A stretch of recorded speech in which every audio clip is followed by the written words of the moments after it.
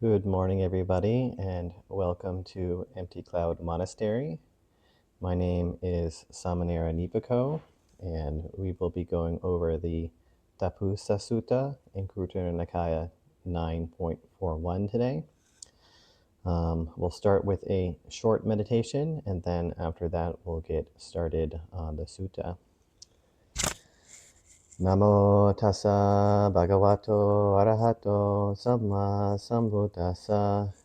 Namo tassa bhagavato arahato samma sambuddhassa. Namo tassa bhagavato arahato samma sambuddhassa. Buddhaṃ Dhammāṃ Sanghaṃ Namasami.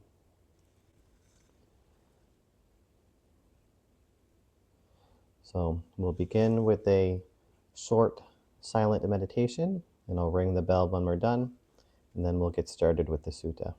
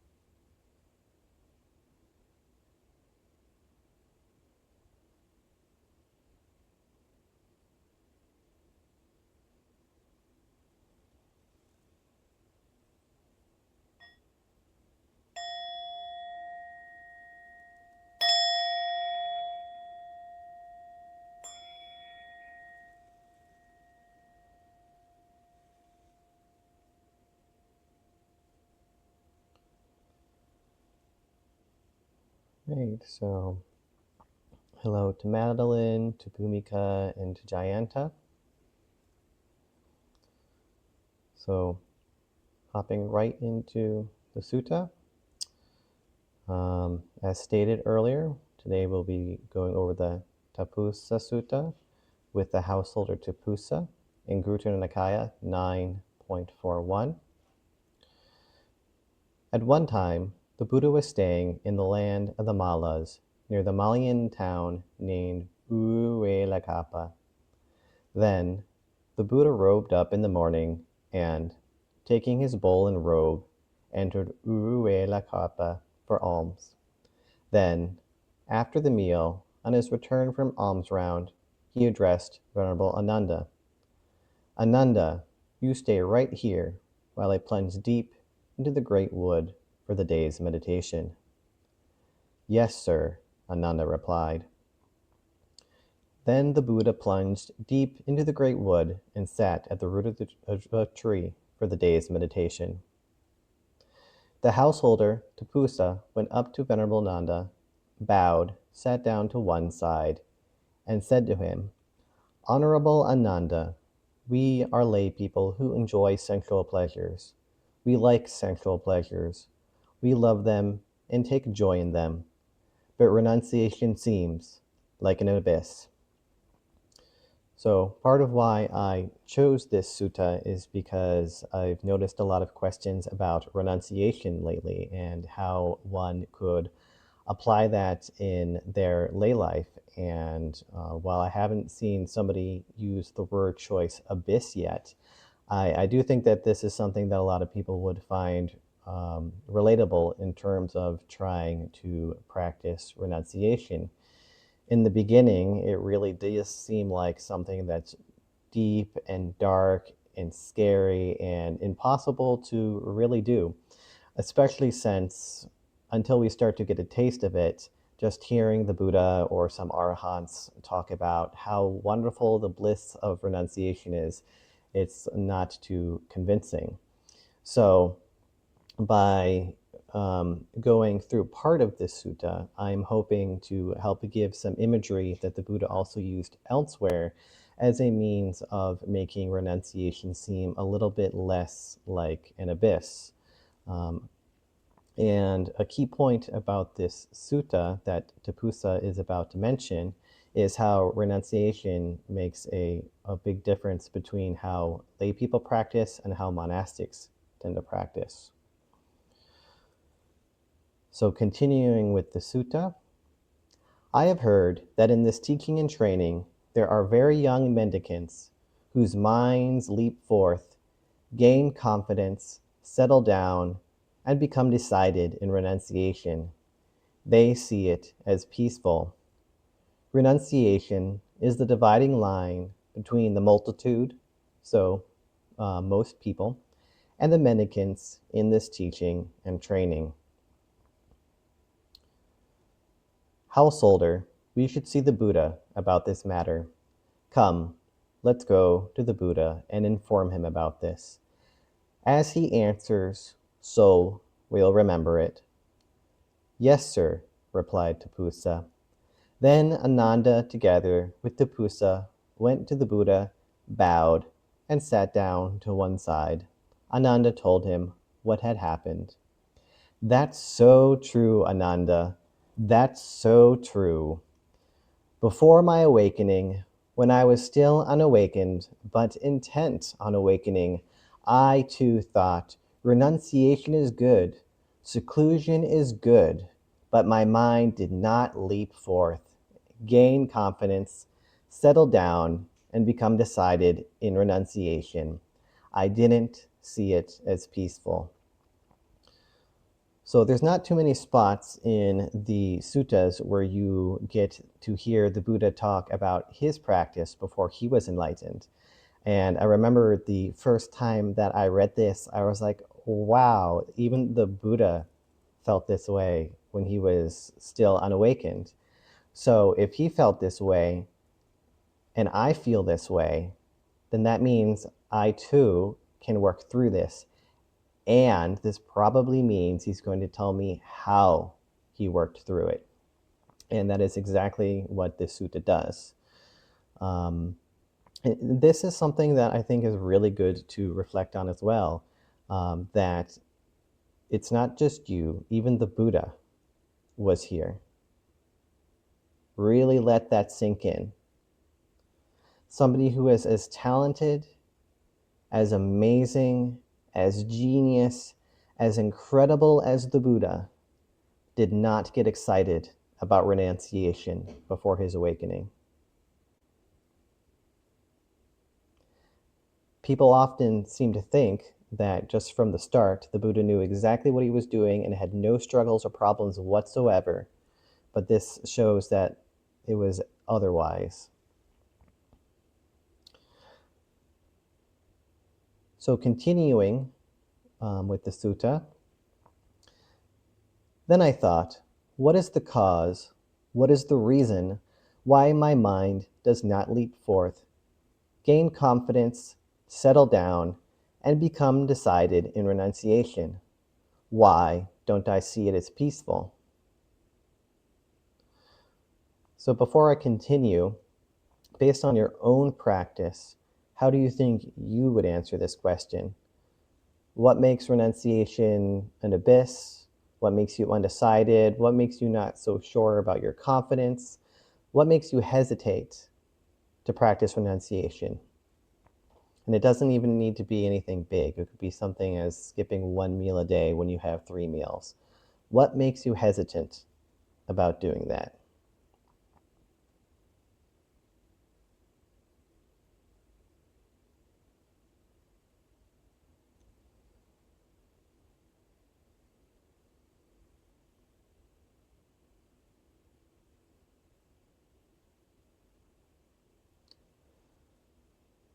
So whatever has come to mind in regards to what makes renunciation difficult for you,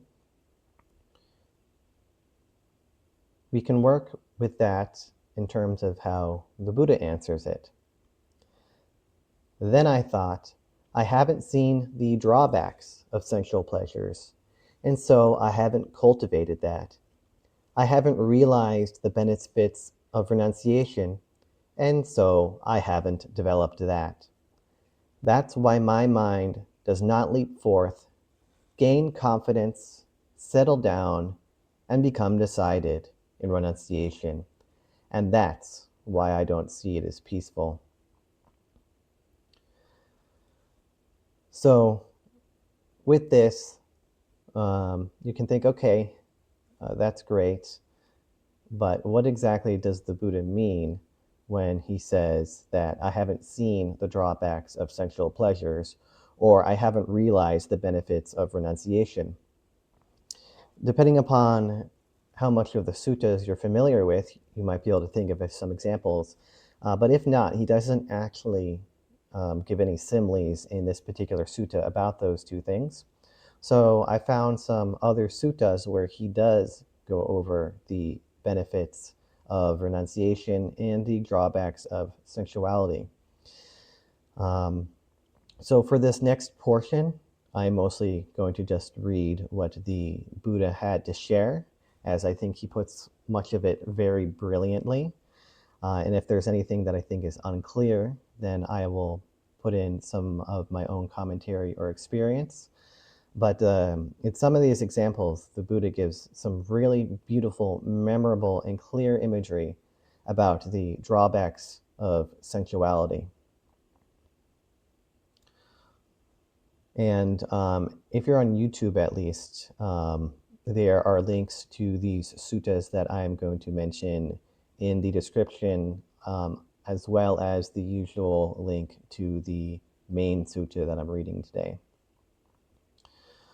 So the first sutta is Dhammapada, verse 186. It is in the area about the Buddhas. Even if it were raining money, you'd not be sated in sensual pleasures. An astute person understands that sensual pleasures offer little gratification and much suffering. So a quick thought on this one is that money is one of those things where people can collect more and more and more of it and always feel like they need a little bit more, either for feeling secure or for safety or just because they like it, whatever it may be, way beyond whatever it is that they need to take care of themselves and or other obligations. So this is something to reflect on. If you were to win like a $50 million lottery or something, would you still want more because the 50 million is not enough to do everything you would want? I have heard so many conversations with my coworkers in my previous job about this sort of thing. They'd be like, oh yes, X amount of money would be great. And so how can you see that in your own life with however you have your own means?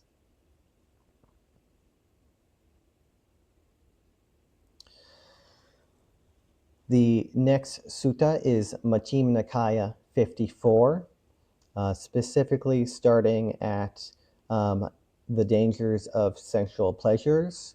The link in the description should jump to this immediately, but if not, it is about halfway through the sutta if you scroll on Sutta Central. Householder. Suppose a dog weak with hunger was hanging around a butcher's shop. A deft butcher or their apprentice would toss them a skeleton scraped clean of flesh and smeared in blood. What do you think, householder? Gnawing on such a fleshless skeleton, would that dog still get rid of its hunger? No, sir. Why not? Because that skeleton is scraped clean of flesh and smeared in blood. That dog will eventually get weary and frustrated. In the same way, a noble disciple reflects. With the simile of a skeleton, the Buddha said that sensual pleasures give little gratification and much suffering and distress, and they are all the more full of drawbacks. Having truly seen this with right understanding, they shun equanimity based on diversity, which is one of the formless types of meditation, so don't get hung up on that, and develop only the equanimity based on unity, where all kinds of grasping to the worldly pleasures of the flesh cease without anything left over. Suppose a vulture or a crow or a hawk would grab a scrap of meat and fly away. Other vultures, crows, and hawks would keep chasing it, pecking it, and clawing. What do you think, householder? If that vulture, crow, or hawk doesn't quickly let go of that scrap of meat, wouldn't that result in death or deadly suffering from them? Yes, sir. So for this, an idea that you could think to apply to your own life is when people have an object or a resource that others want, people will hurt each other over it. People go to war over all sorts of things. So how do you see this in your life? How are you the crow or the vulture that is attacking the hawk? And how in other times are you the hawk that is being attacked by the crows and the vultures? Because we've been on both sides of this, depending upon what the particular resource is that we're desiring, that we have or that we want. Suppose a person carrying a blazing grass torch was to walk against the wind. What do you think, householder? If that person doesn't quickly let go of that blazing grass torch, wouldn't they burn their hands or arm or other major or minor limb, resulting in death or deadly suffering from them? Yes, sir. Suppose there was a pit of glowing coals deeper than a man's height, full of glowing coals that neither flamed nor smoked.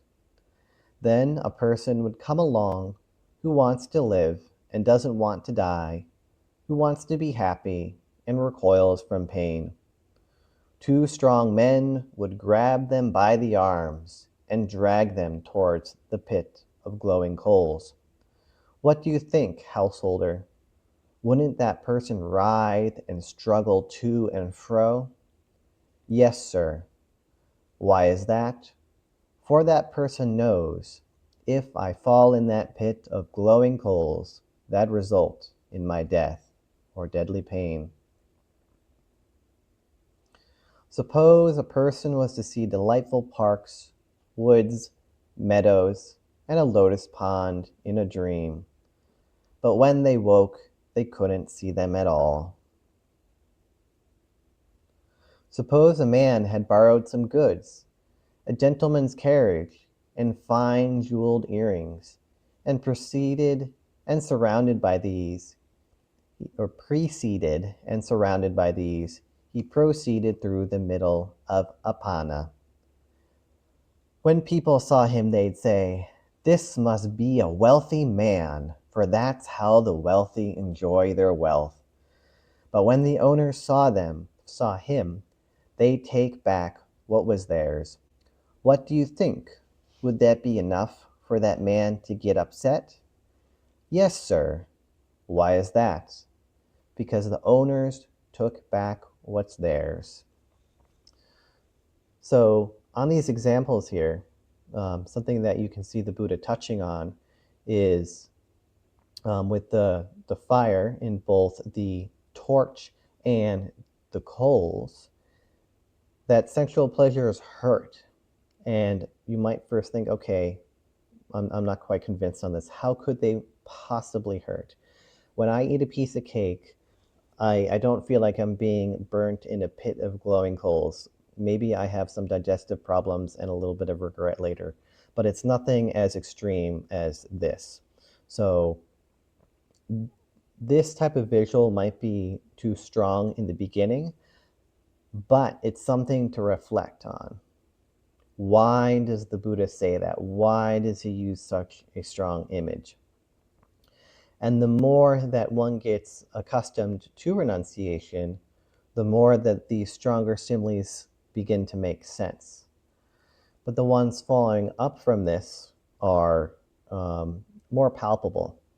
I think most people can relate to having a dream that was so great, so real, and then they woke up in the middle of it and they tried to go back to sleep, but they couldn't go back to that dream. That's disappointing. It's impermanence, which the Buddha talks about all the time. Insubstantial, unreliable.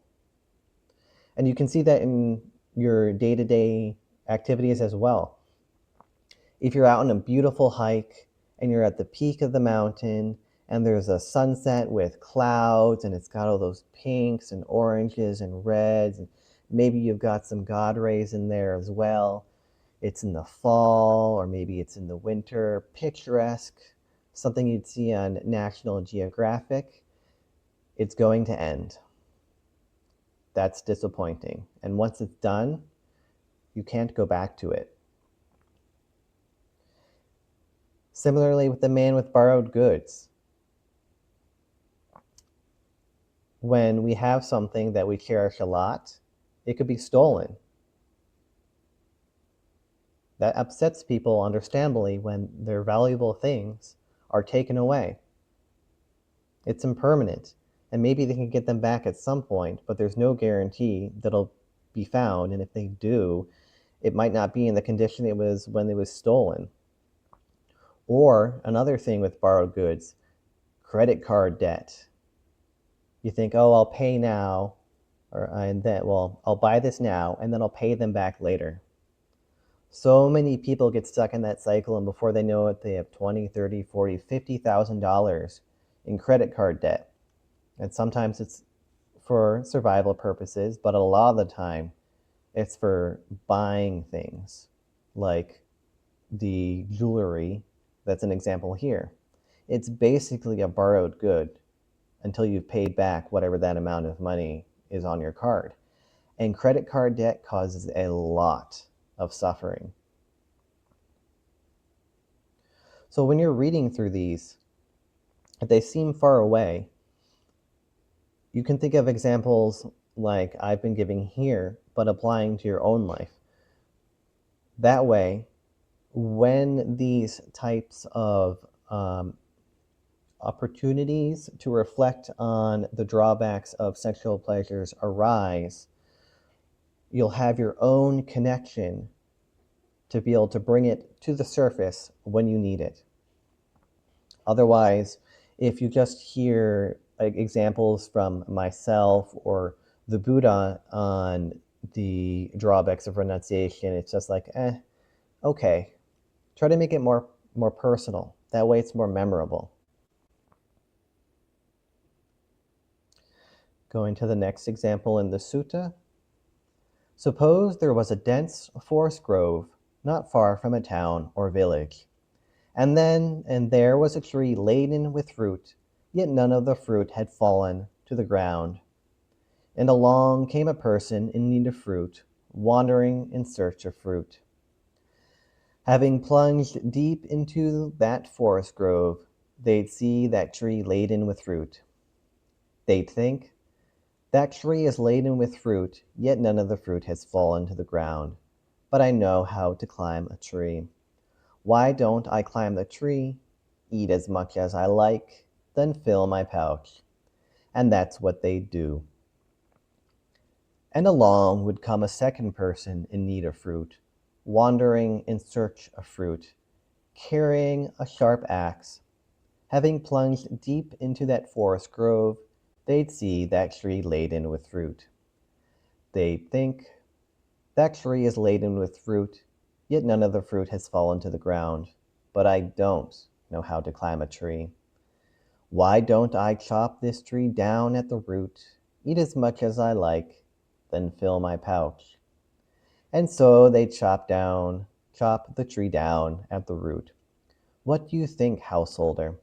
If the first person who climbed the tree doesn't quickly come down, when that tree fell, wouldn't they break their hand or arm or other major or minor limb, resulting in death or deadly suffering from them? Yes, sir. In the same way, a noble disciple reflects. With the simile of the fruit tree, the Buddha has said that sensual pleasures give little gratification and much suffering and distress, and they are all the more full of drawbacks. Having truly seen this with right understanding, they shun equanimity based on diversity and develop only the equanimity based on unity, where all kinds of grasping lead to the worldly pleasures of the flesh cease without anything left over. So moving on to the next sutta. This is within the Sutta Nipata, 4.1, Sensual Pleasures. This one is a translation by Ajahn Jeff, as I personally find it to be a little bit more understandable than Bhante Sujato's. If one, longing for sensual pleasure, achieves it, yes, he's enraptured at heart. The mortal gets what he wants. But if for that person, longing, desiring, the pleasures diminish, he's afflicted as if shot with an arrow. Whoever avoids sensual desires as he would with his foot the head of a snake goes beyond, mindful, this attachment in the world.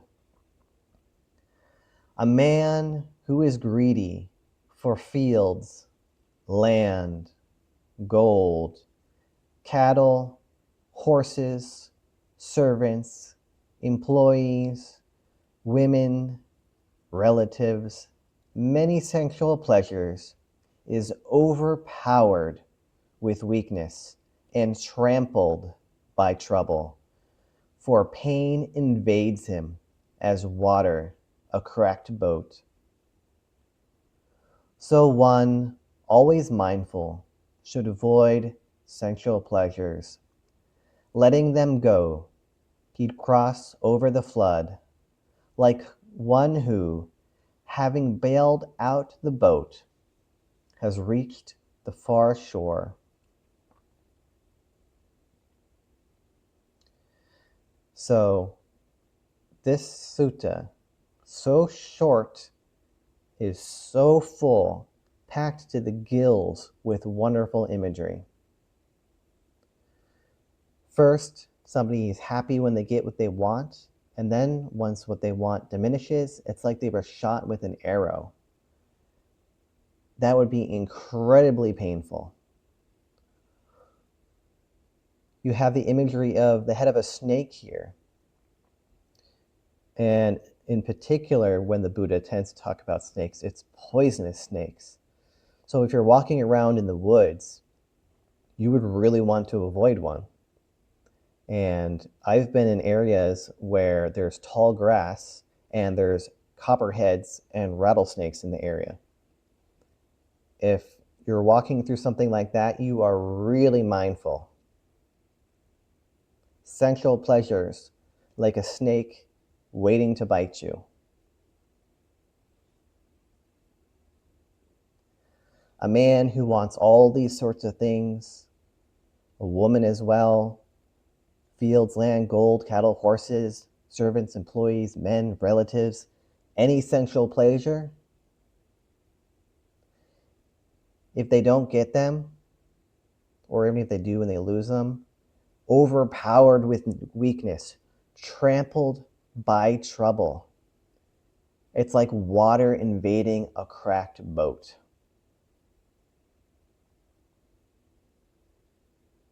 You're quite literally in some deep water if your boat is leaking.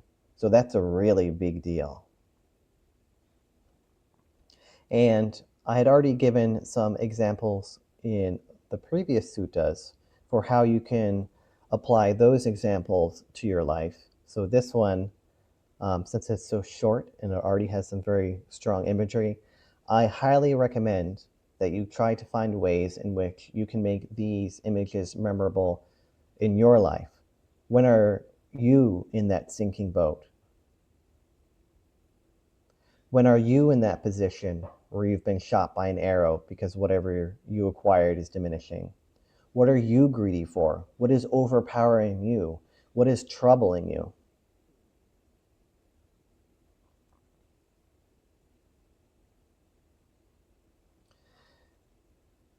And then moving on to the last sutta that we'll be going over today, which is Majjhima Nikaya 13. I'm going to find where I'm going to start.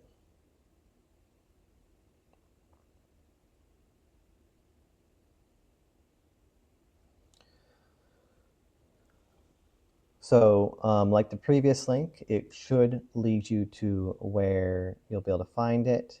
If not, it's about a quarter of the way down if you scroll, and if you know how to put on the numbers, it starts at 7.9. These are the 5 kinds of sensual stimulation. The pleasure and happiness that arise from the 5 kinds of sensual stimulation. This is the gratification of sensual pleasures. So basically, any of your senses, your taste, your thought, your touch, your smell, your hearing, anything that is pleasing through these 5 senses, that is the gratification. So as many kinds of people as there is as many kinds of gratification for sensual pleasures. It is literally infinite. So whatever makes you feel elated and wanting more, or at the very least not aversive to something, that is the gratification. And what is the drawback of sensual pleasures? It's when a gentleman earns a living by means such as arithmetic, accounting, calculating, farming, trade, raising cattle, archery, government service, or one of the professions. But they must face cold and heat, being hurt by the touch of flies, mosquitoes, wind, sun, and reptiles, and risking death from hunger and thirst. This is a drawback of sensual pleasures apparent in the present life, a mass of suffering caused by sensual pleasures. That gentleman might try hard, strive, and make an effort, but fail to acquire money. If that happens, they sorrow and wail and lament, beating their breast and falling into confusion, saying, "Oh, my hard work is wasted. My efforts are fruitless." This, too, is a drawback of sensual pleasures apparent in the present life, a mass of suffering caused by sensual pleasures. Relatable? That gentleman might try hard, strive, to make an effort and succeed in earning money. But they experience pain and sadness when they try to protect it, thinking, "How can I prevent my wealth from being taken by rulers or bandits, consumed by fire, swept away by flood, or taken by unloved heirs?" And a modern example might be the stock market crashing. And even though they protect it and ward it, rulers or bandits take it, or fire consumes it, or flood sweeps it away, or unloved heirs take it. They sorrow and wail and lament, beating their breast and falling into confusion. What once was mine is gone. This too is a drawback of sensual pleasures apparent in the present life, a mass of suffering caused by sensual pleasures. Furthermore, for the sake of sensual pleasures, kings fight with kings, aristocrats fight with aristocrats, Brahmins fight with Brahmins, and householders fight with householders. A mother fights with her child, child with mother, father with child, and child with father. Brother fights with brother, brother with sister, sister with brother, and friend fights with friend. Once they've started quarreling, arguing, and disputing, they attack each other with fists, stones, rods, and swords, resulting in death and deadly pain. This, too, is a drawback of sensual pleasures apparent in the present life, a mass of suffering caused by sensual pleasures. This one in particular, I think, is especially potent because we've all been there, or we've all seen somebody who has been engaged in this type of behavior. One thing that comes to mind in particular for this one and the previous one is if someone doesn't have like a living will, or perhaps somebody has dementia or Alzheimer's and a family member convinces them to change it.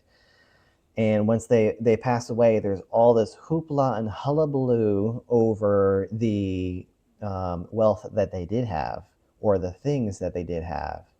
And there is lots of fighting, lots of pain, and so much trouble. All for stuff and for money.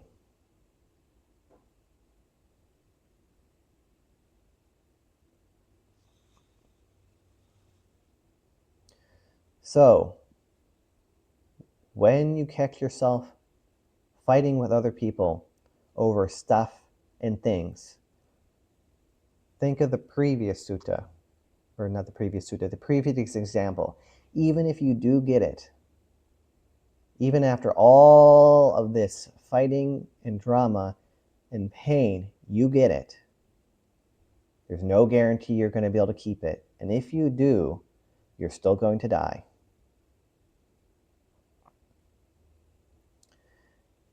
Furthermore, for the sake of sensual pleasures, they don their sword and shield, fasten their bow and arrows, and plunge into a battle massed on both sides, with arrows and spears flying and swords flashing. They are struck with arrows and spears, and their heads are chopped off, resulting in death and deadly pain. This, too, is a drawback of sensual pleasures apparent in the present life, a mass of suffering caused by sensual pleasures. Furthermore, for the sake of sensual pleasures, they don their sword and shield, fasten their bow and arrows, and charge wetly plastered bastions with arrows and spears flying and swords flashing. They are struck with arrows and spears, splashed with dung, crushed by a superior force, and their heads are chopped off, resulting in death and deadly pain. This, too, is a drawback of sensual pleasures, apparent in the present life, a mass of suffering caused by sensual pleasures. How many wars have been fought so that some king or some ruler can have more stuff, more gold, more land, more something? So many people have had exactly this happen for the benefit of somebody else to get things. Sensual pleasures. And this is something that still continues today. Furthermore, for the sake of sensual pleasures, they break into houses, plunder wealth, steal from isolated buildings, commit highway robbery, and commit adultery. The rulers would arrest them and subject them to various punishments: whipping, caning, and clubbing, cutting off hands or feet or both, cutting off ears or nose or both, the porridge pot, the shell shave, the rahu's mouth, the garland of fire, the burning hand, the bulrush twist, the bark dress, the antelope, the meat hook, the coins, the caustic pickle, the twisting bar, the straw mat, being splashed with hot oil, being fed to the hounds, being impaled alive, and being beheaded. These result in death and deadly pain. This, too, is a drawback of sensual pleasures apparent in the present life, a mass of suffering caused by sensual pleasures. Furthermore, for the sake of sensual pleasures, they conduct themselves badly by way of body, speech, and mind. When their body breaks up, after death, they're reborn in a place of loss, a bad place, the underworld, hell. This is a drawback of sensual pleasures to do with lives to come, a mass of suffering caused by sensual pleasures. So, there's some really powerful imagery in here, and we're starting to run low on time. So, at the bottom here, or more like the middle of the sutta, the Buddha says that what is the escape from sexual pleasures? Removing and giving up desire for greed for sexual pleasures. This is the escape from sexual pleasures. So, this is very brief, but it's at the end of all of this. So, when it comes to removing and giving up desire for sensual pleasures, there are so many examples here. It doesn't matter which ones you decide to utilize in your own life. When you see yourself getting caught in these traps, you can return to them. As a really simple, common example, say that you've decided, I'm going to take the uposa today. I'm going to do some renunciation that's low commitment. It's only one day. I will be fine. In particular, you think you're going to struggle with the precept around food. You have breakfast, you have a big lunch, you're like, I'm going to do this. And then you get home from work and your partner happens to be making your favorite meal, and you didn't inform them that you would be taking the uposa today. What of these come to mind that you could fall back on, and also skillfully talk to your partner about why you can't have your favorite meal that day? This was something that when I first started to take on the 8 precepts in lay life, that would happen sometimes, where I would come home. I was still living with my parents at the time, and my mom would be making something that I really liked. And a compromise I would often make as an idea here is I'd tell her I'd have it for lunch the next day, and she was always okay with that. And also communicating when I would be observing these. And the more I would reflect on this sutta and other ones, the more I had different images come into mind when something would come up. When was I responding reactively to something? So acting poorly by body, speech, or mind that would be detriment for me now or in the future. When am I being greedy about that food? When am I being greedy about money? When am I being greedy about this or that? And there are so many opportunities for renunciation. So, since we're running low on time, to open up to questions, if renunciation is new, start small. 5 precepts, and if you can't keep all 5, pick one that you think you'll have a little bit of a struggle with, but not too much. Build up your confidence that you can practice renunciation. You're not going to be able to lift up a 100-pound dumbbell if you can't even lift up 5 pounds. Start small, start easy, build up. And if possible, find friends that'll practice with you. This was a huge benefit for me in the early days on Bhante Jayasara's server, Magaseka. We would have uposatha parties, basically. A whole bunch of us would take uposatha for the day and support each other. We would share our struggles throughout the day and how we worked through them in the past to help out the other people that were having struggles. So find a support system. And if you do end up not going quite the way you want to, that's okay. That's a learning opportunity. Don't beat yourself up. So moving to the questions. So hello, Gregory. Hello, Diane. Hello, John. Hello, Sering. Hello, Difference is Spreading. Hello, Kanti. So I see one question. Difference is I spread and says, Bhante, this talk of the dangers of sensual pleasures is really helpful for renunciates, reminding them of the value of ordination.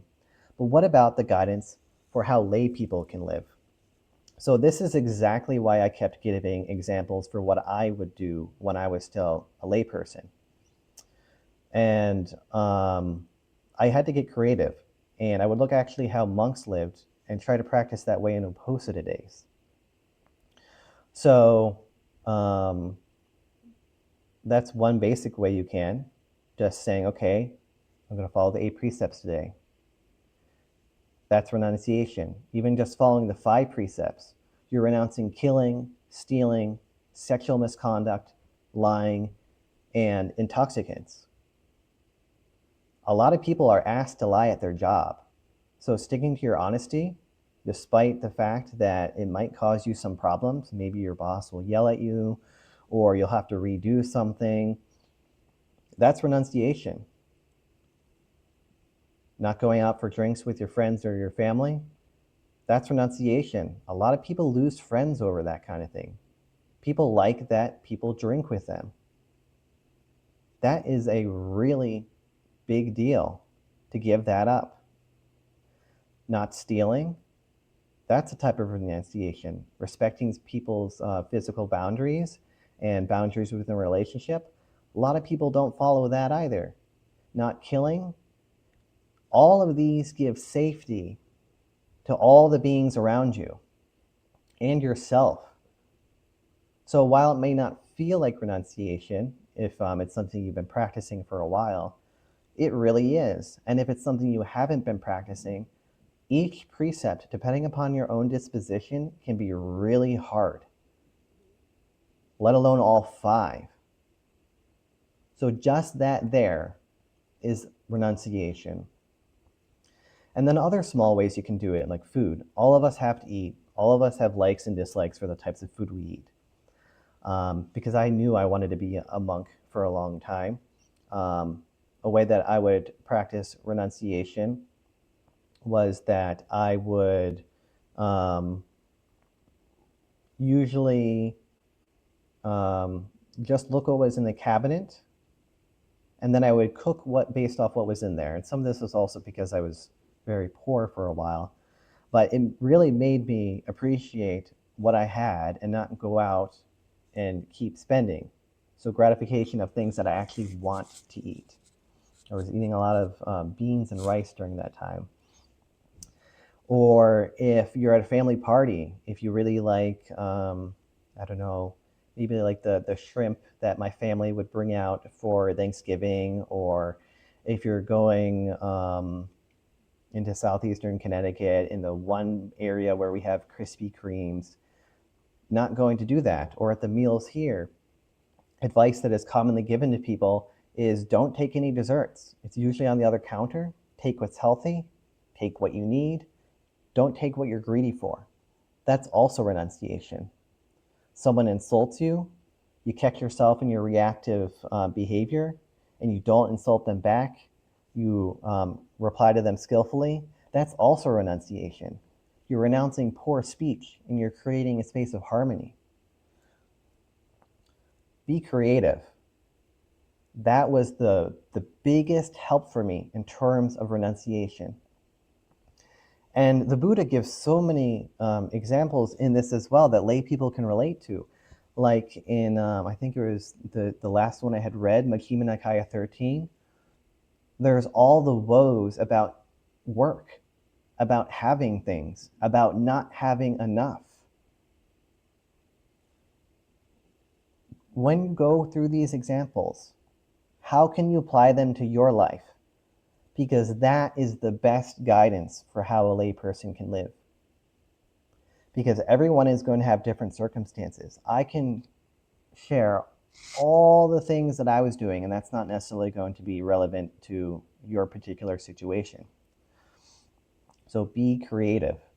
You don't have to live like a monk to renounce. And before closing, since we only have 1 minute left, another way to go about this is go spend time at monasteries. It doesn't matter what kind of monastery, just go spend time at them. You will renounce your preferences on the type of work you're doing, the amount of time you're meditating, the amount of time you have sleep, what you're eating, when you're eating, who you are staying with, and so many other things. And then how can you take that back home with you? When I was still practicing with Zen Mountain Monastery, that was exactly what I did. How can I take the monastery home with me? How can I apply what I am learning here back home? And again, it's going to be different depending upon every person's individual circumstances. So be creative. This was actually a really wonderful way to bring renunciation into my life in a joyful way. How can I make my life as much like the monastery as possible? It's so great to be at the monastery. How can I make my home life much better as well? So don't limit yourself. And I think that'll be it for now, and I don't see any other questions. So tonight we're going to have our normal monk chat from 7:30 to 9 o'clock, or however long it'll be. Everyone is welcome. And for anyone who's local but may not know, we also have tea time from 5 o'clock to 6 o'clock p.m. Wednesday through Sunday. And if you come for tea time, you are also welcome to stay for our pujas, which are usually from 6:30 to 7:15 on Wednesday and Friday. And on Thursday, they are from 6:30 to 8. So you're all welcome to come for that as well. And for people that may not know, we also have residency opportunities until the end of December, and we'll be going on winter retreat for January and February. So Suki Hotu, may you all be happy, well, and peaceful. Be creative in your renunciation. Have it be joyful. If nothing else, take that away from here. So enjoy the rest of your days, practice well, be well, and we'll see you all next time.